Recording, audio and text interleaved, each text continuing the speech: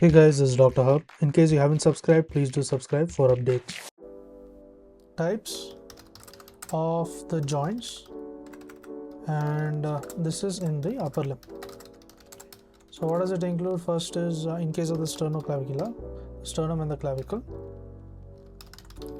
So sternoclavicular, it includes the saddle joint, then the acromioclavicular.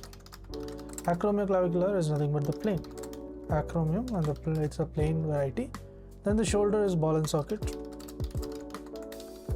The elbow is the hinge. Next, there is a superior and inferior radial nerve.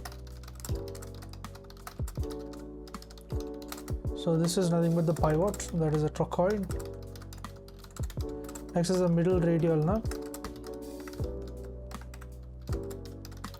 So middle radial nerve includes the syndesmosis. Then comes the wrist. The wrist is ellipsoid more than condylar. Condylar. Next is the first carpometatarsus.